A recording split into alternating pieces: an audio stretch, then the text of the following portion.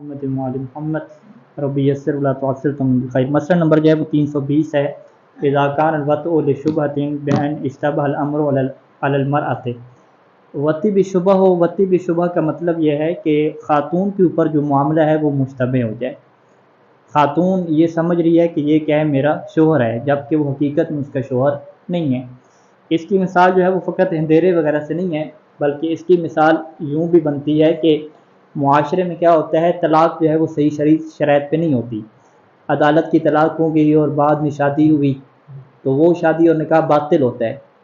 تو خاتون یہ سمجھ رہی تھی، مرد یہ سمجھ رہے تھے کہ ہماری شادی کیا درست ہے۔ بعد میں پتہ چلا کہ یہ جو عدالت کی طلاق ہوئی ہے یہ شرعی یہ کیا نہیں پڑے گے عربی زبان میں گواہوں کے سامنے، یہ تو طلاق ہی نہیں ہوئی تھی۔ جب طلاق نہیں ہوئی تھی تو یہ اس کو ہم کیا کہیں گے، وطی بشبہ کہیں گے۔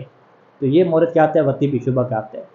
یا اسی طریقے سے خاتون نے کیا ہے، اسے بتایا نہیں ہے کہ میری طلاق ہوئی ہے، یہ طلاق نہیں ہوئی، اور پھر کیا ہے حالات اس طریقے سے بن گئے، تو وہ شوہر کی نسبت سے کیا ہو جائے گی، وطی بشبہ ہو جائے گی۔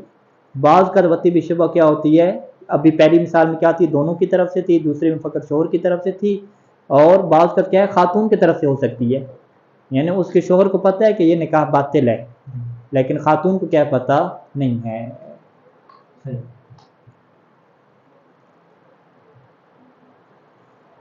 ٹھیک ہو، اچھا جی۔ اذا کان الوطء لشبہۃ، اگر وط جو ہے وہ شبہ کی وجہ سے ہو۔ شبہ کا یہ مطلب ہے کہ بین اشتبہ الامر علی المرأۃ، کہ معاملہ جو ہے وہ خاتون کے اوپر کیا ہو جائے، مشتبہ ہو جائے۔ سواء اکان الواطع عالما بالحال ام لا، چاہے جو وطی کرنے والا ہے اسے صورتحال کا علم ہو یا اسے صورتحال کا علم نہ ہو۔ تو اب اس صورت میں بعد میں پتہ چلا کہ یہ تو وطی بشبہ ہے، ہمارا نکاح ہی باطل ہے، تو کیا وہ جو مرد ہے وہ سارے کے سارا مہر واپس لے لے گا؟ ٹھیک ہے، کیا صورتحال بنے گی؟ تو کہتے ہیں کہ کان لہا مہر المثل، یہاں پہ خاتون کو جو ہے وہ مہر مثل ملے گا، مہر مسمى جو ان کا طے ہوا تھا وہ نہیں ملے گا۔ من غیر فرقن، اور مہر مثل ملے گا اس میں کوئی فرق نہیں ہے کہ ان یکون الوطء بعقد باطل، کہ یہ جو وطی ہوئی ہے وہ باطل عقد کے ذریعے سے ہوئی ہے، نکاح ان کا باطل تھا۔ او لا بعقد، یا یہ بھی صورت حال ہو سکتی ہے کہ عقد ہوئی نہیں ہے، عقد ہوئی نہیں ہے اور خاتون مشتبہ ہو گئی، وہ اسے اپنی بیوی سمجھتی رہی، کیا نام، بیوی سمجھتا رہا، ٹھیک ہے، خاتون جو ہے یہ سمجھتی رہی کہ میرا شوہر ہے، اس طرح کی صورت حال ہو سکتی ہے۔ تو وہاں پر بھی ایسے ہے۔ بہرحال اگر عقد باطل ہوا ہے تو وہاں پہ مہر مسمى کی اور مہر مثل کی کیا بحث آئے گی، مہر مسمى کا وہاں پہ کیا سوال اٹھے گا۔ نام اذا کان المہر المسمى اقل من مہر المثل، اگر جو ہے وہ مہر مسمى کیا تھا، تھوڑا تھا مہر مثل سے، پھر مہر مسمى کی بات کب ہے کہ جب عقد باطل تھا ان کا، انہوں نے مہر معین کیا تھا، نکاح بھی کیا، تو فل احوط لزومن، تو اس صورت میں احتیاط لازم کیا ہے کہ التصالح فیما بہ التفاوت بینہما، تو اس صورت میں جو بھی تفاوت بنتا ہے بینہما، مہر مثل اور مہر مسمى میں، اس میں وہ کیا کریں گے، ایک دوسرے کے ساتھ تصالح کریں گے اور صلح کیا کریں گے۔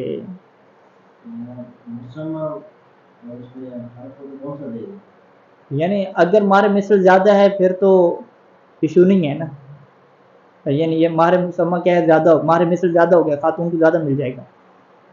اور اگر اچھا ہاں مہر مثل زیادہ ہے اور مہر مسمى تھوڑا ہے، ہاں اس صورت میں مہر مثل زیادہ بن رہا ہے نا، یعنی یہ بندہ کیا کہے گا کہ ہمارا نکاح باطل اگر صحیح ہوتا تو مجھے مہر 1 لاکھ ہی بنتا جو طے کیا ہے، ابھی نکاح باطل ہو گیا تو مجھے 5 لاکھ دینے پڑ رہے ہیں، ٹھیک ہے، نکاح بھی باطل، بیوی بھی چھوڑنا پڑ رہی ہے اور پیسہ بھی کتنا دینا پڑ رہا ہے، 5 لاکھ۔ تو یہ وہ والا مسئلہ ہے کہ جس میں مہر مثل زیادہ ہو گیا مہر مسمى سے، تو یہاں پہ انہوں نے آپس میں کیا کرنی ہوتی ہے، صلح کرنی ہوتی ہے۔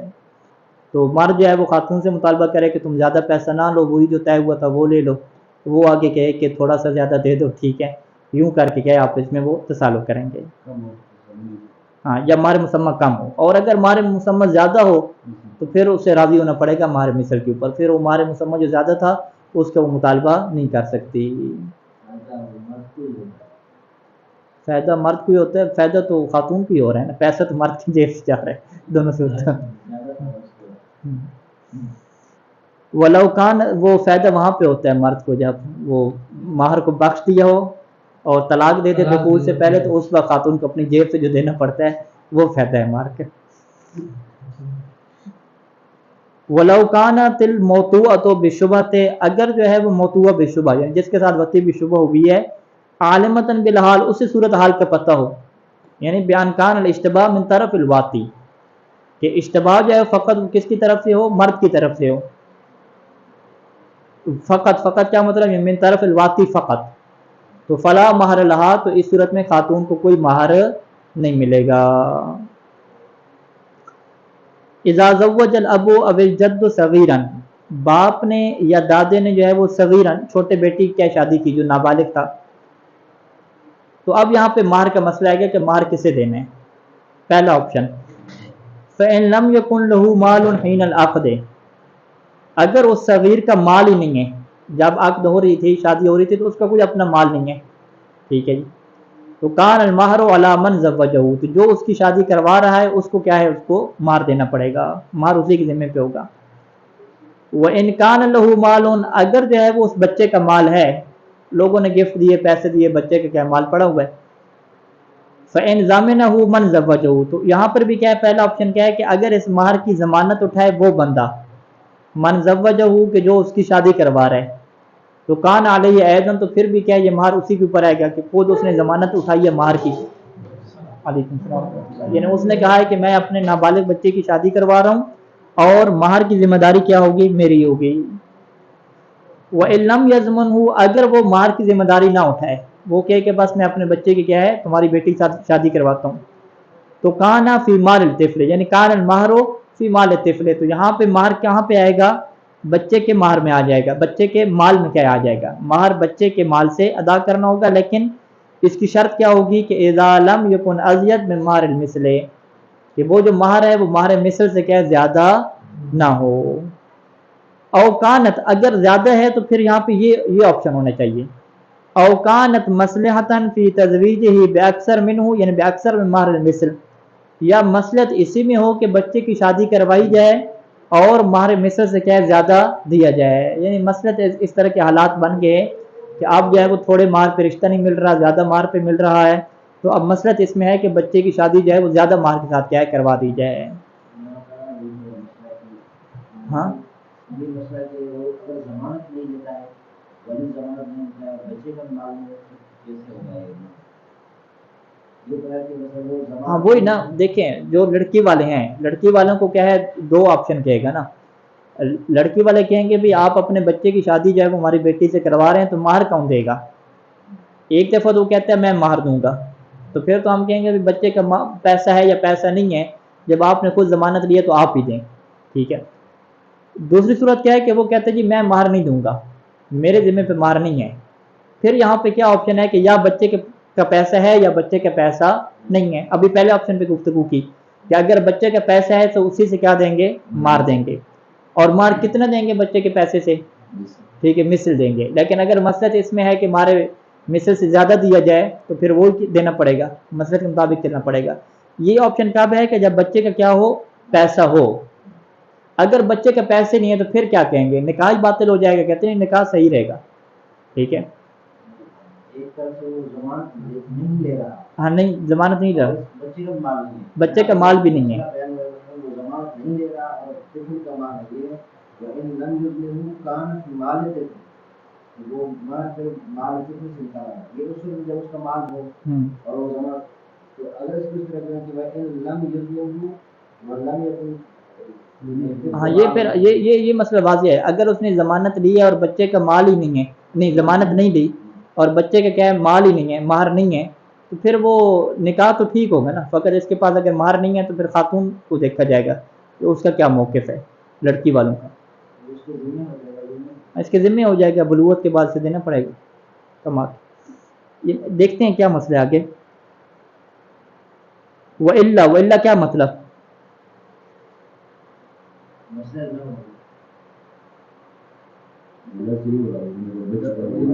ہاں وَإِلَّا کیا مطلب ہے کہ اگر مصلحت جو ہے وہ زیادہ مہر دینے میں نہ ہو تو سہل عقد و عقد صحیح ہو جائے گا.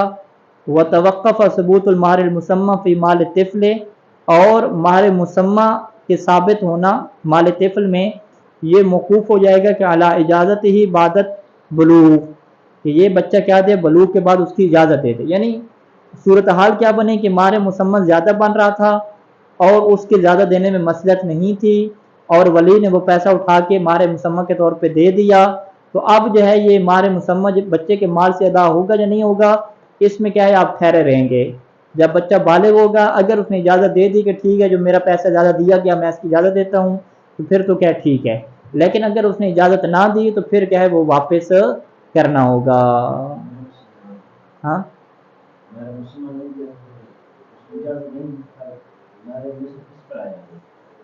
یعنی مہر مسمہ موقوف ہوگا بچے کی اجازت کے اوپر، لیکن کب؟ جب بلوغ کے بعد ہے، یعنی اس سے کہیں گے انتظار کریں، اگر دے دیا ہے تو پھر تصرف نہ کریں، بچا کے رکھیں، انتظار کریں، اور اگر نہیں دیا تو پھر بھی انتظار کروائیں گے کہ بچے کو بالغ ہونے دیں، ابھی مہر مثل لے لیں، زیادہ جو مہر لینا ہے یہ بچے کی اجازت کے اوپر موقوف ہوگا۔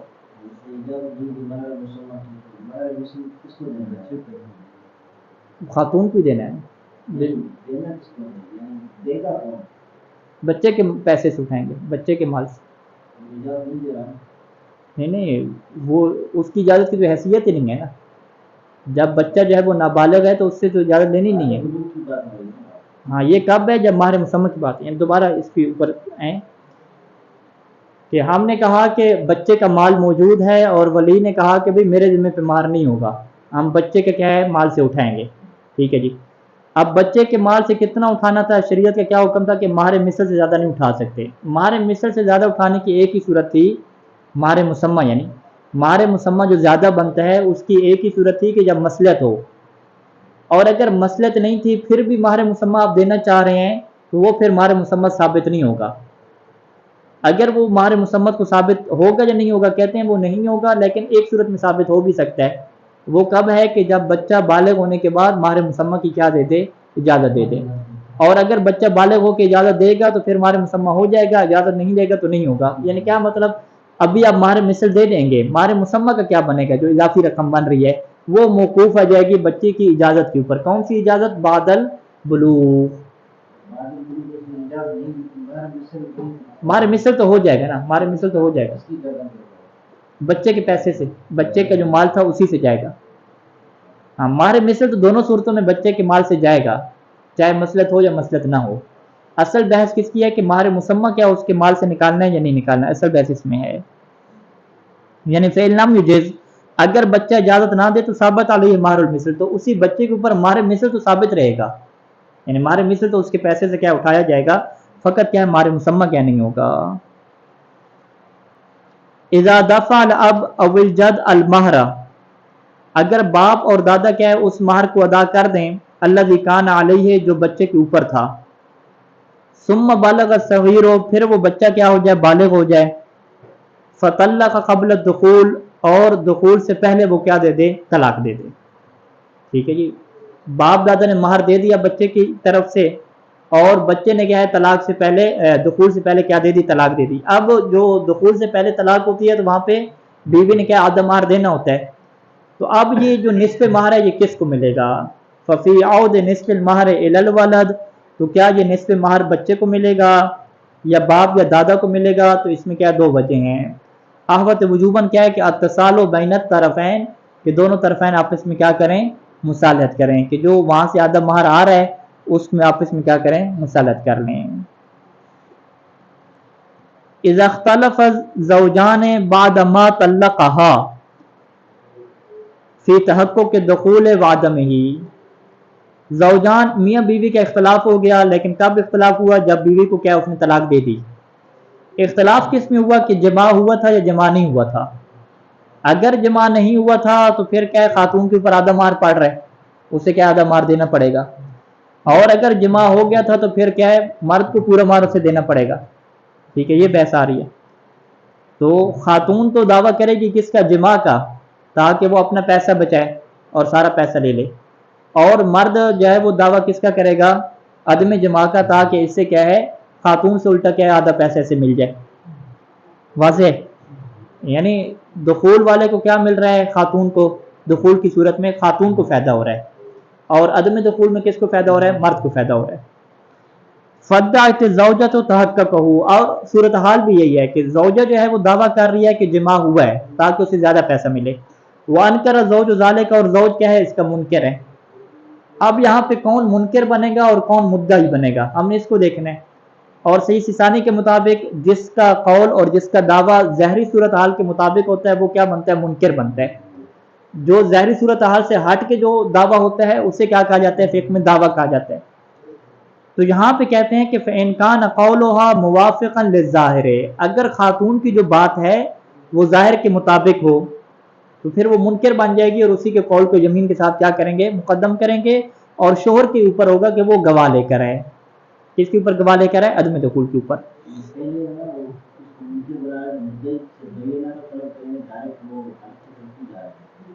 وہ تو جب بینہ لے آئے گا تو پھر تو حل کی طرف نہیں جائیں گے نا. ابھی صورت حال کیا ہے کہ اس کے پاس بینہ نہیں ہے.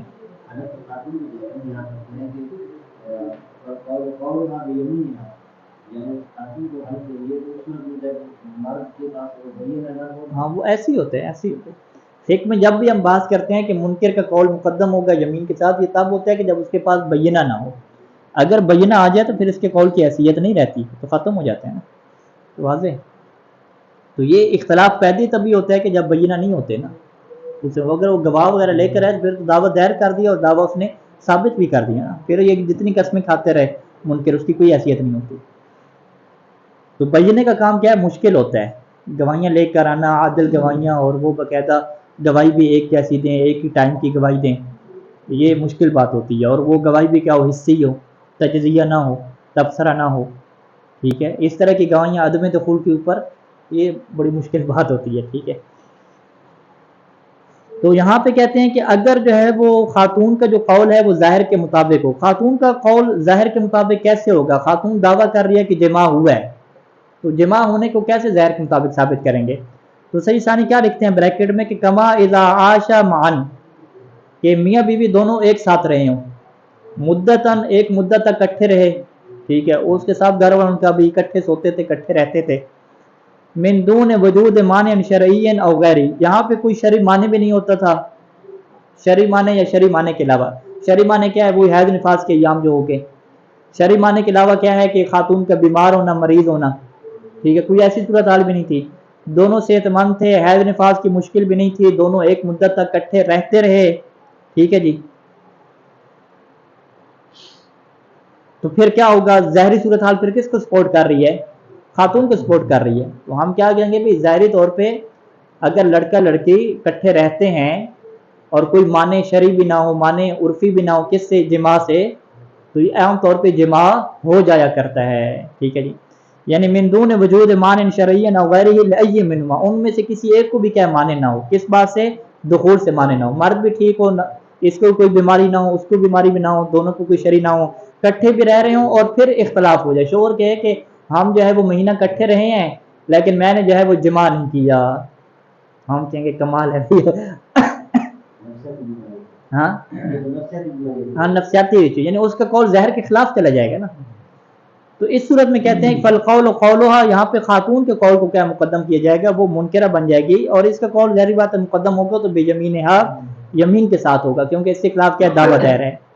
وَإِلَّا، اگر کیا ہو؟ ظاہر خاتون کے مطابق نہ ہو.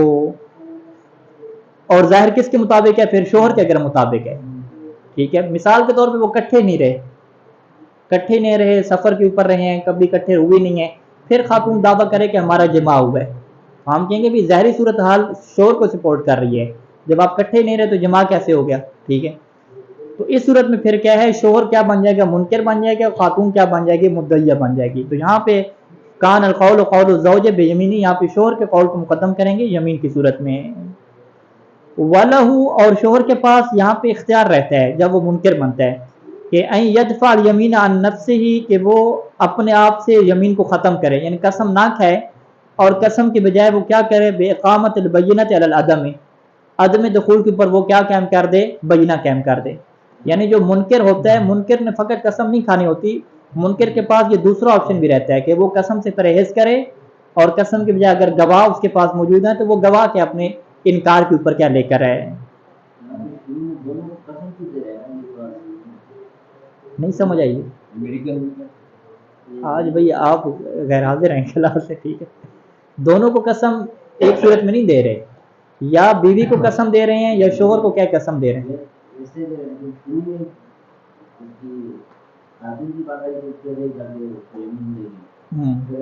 اگر اس کا موافق نہیں ہے مخالف ہے تو اس کا موافق ہے یعنی شوہر کا موافق ہے ظاہر، شوہر کا قول ظاہر کے مطابق ہے، اس کو منکر بنا رہے اس کو منکر بنا رہے، الگ الگ صورت میں بنا رہے ہیں. اگر دونوں کٹھے رہے ہیں تو پھر ظاہر کا قول کس کا چلے گا؟ خاتون کا چلے گا نا. اگر دونوں کٹھے نہیں رہے پھر کس کا چلے گا؟ شوہر کا چلے گا. ایک صورت میں وہ منکر ہاں، ایک صورت میں جو ہے وہ شوہر منکر، ایک صورت میں کیا بیوی منکر، الگ الگ ہے، صورتحال کیا الگ الگ ہے، ایک صورت نہیں ہے. ٹھیک ہے جی.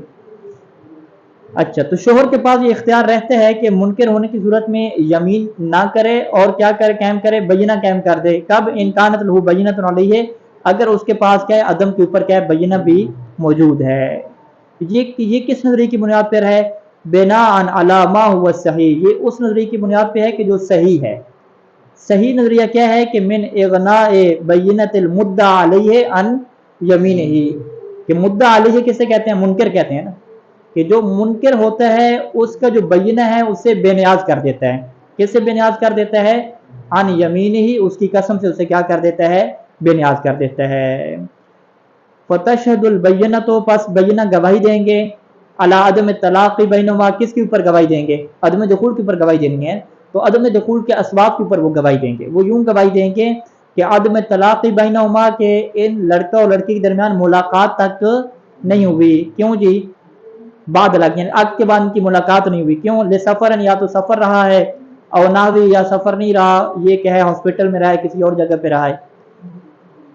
او تشہد علی بقاء بکارتها فیما ادعى الدخول قبلا، یا جو ہے وہ بینہ گواہی دے گا کہ جو ہے وہ جماع نہیں ہوا. ٹھیک ہے، جماع نہ ہونے کی گواہی کی ایک صورت تو کیا ہو گئی؟ اس نے گواہی دی بینہ کہ ان کی جو ملاقات نہیں ہوئی، ملے نہیں ہیں. دوسری صورتحال کیا ہے کہ فرض کریں کہ ہو سکتا ہے کبھی مل لیا ہو، تو وہ گواہی دیں گے کہ بھئی اس کی پردہ بکارت باقی ہے. ٹھیک ہے، اگر جماع ہوتا تو پردہ بکارت کیا زائل ہو جاتی. ٹھیک ہے، پردہ بکارت کی بقا کے اوپر کیا گواہی دیں گے؟ کب؟ اذا ادعى الدخول قبلا، کہ جب بیوی کا دعویٰ یہ ہو کہ میرے ساتھ جماع کس میں ہوا ہے؟ قبل میں ہوا ہے.